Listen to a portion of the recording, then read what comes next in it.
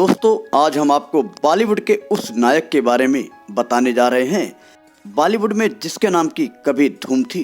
Producer से लेकर director तक उनके घर के सामने लाइन लगाकर खड़े रहते थे, मगर 70 के दशक में इस नायक का सितारा गर्दिश में पहुंच गया और अमिताभ बच्चन के आने के बाद इनके किस्मत की नैया डगमगाने लगी, जिससे आहत होकर इन्होंने नशे को अपना साथी बना लिया और धीरे धीरे मौत के मुहाने तक पहुंच गए। दोस्तों, ये नायक कोई और नहीं बल्कि अपने नाम की धूम मचाने वाले राजेश खन्ना थे, जिनका 70 के दशक के पहले एक छत्र राज था। इनके सामने कोई टिक नहीं पाया, या यूं कहें कि इनका टक्कर लेने वाला कोई नहीं था। मगर 70 के दशक में इनके भी किस्मत की किस्ती डगमगा गई। 70 के दशक के मध्य राजेश खन्ना को फिल्मों में काम मिलना काफ़ी कम हो चुका था। यह राजेश खन्ना के स्टारडम के खत्म होने और उनके बुरे दौर की शुरुआत थी। वैसे तो बॉलीवुड के पहले सुपरस्टार का खिताब आज भी राजेश खन्ना के पास है। असल में राजेश खन्ना ने अपने दौर में एक के बाद एक दर्जन भर से ज़्यादा हिट फिल्में दी थी। आलम यह था कि राजेश खन्ना को अपने फिल्मों में लेने के लिए प्रोड्यूसरों और डायरेक्टरों की लंबी लाइनें लगी रहती थीं। एक किस्सा तो यूं भी है कि राजेश खन्ना की तबीयत एक बार खराब हुई तो उन्हें अस्पताल में भर्ती करवाना पड़ा था। ऐसे में जिस अस्पताल में काका भर्ती थे, वहीं कई प्रोड्यूसरों और डायरेक्टरों ने अपने अपने कमरे तक बुक करवा लिए थे, ताकि वे अपनी अपनी फिल्मों में राजेश खन्ना उर्फ काका को कास्ट कर सकें।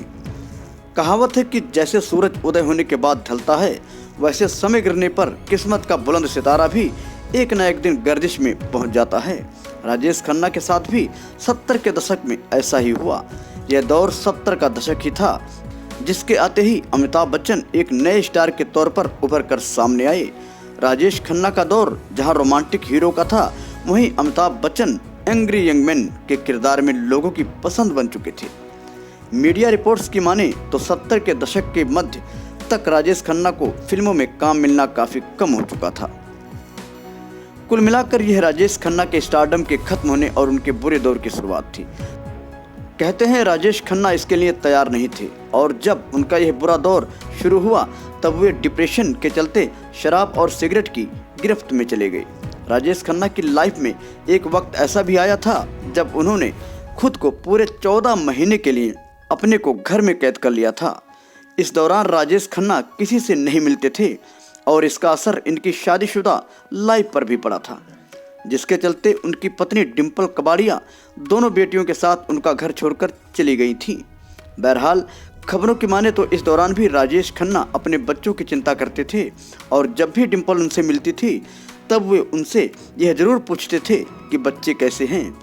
आखिरकार राजेश खन्ना कैंसर जैसी घातक बीमारी के शिकार हो गए और जिंदगी मौत के बीच करवट बदलते बदलते साल 2015 में इस दुनिया को अलविदा कह गए। दोस्तों, अगर आप भी चाहते हैं कि हमारी हर खबर आप तक पहुंचे, तो चैनल को सब्सक्राइब करके बेल आइकन जरूर दबाएं, ताकि हर खबरों का नोटिफिकेशन आपको बराबर मिलता रहे।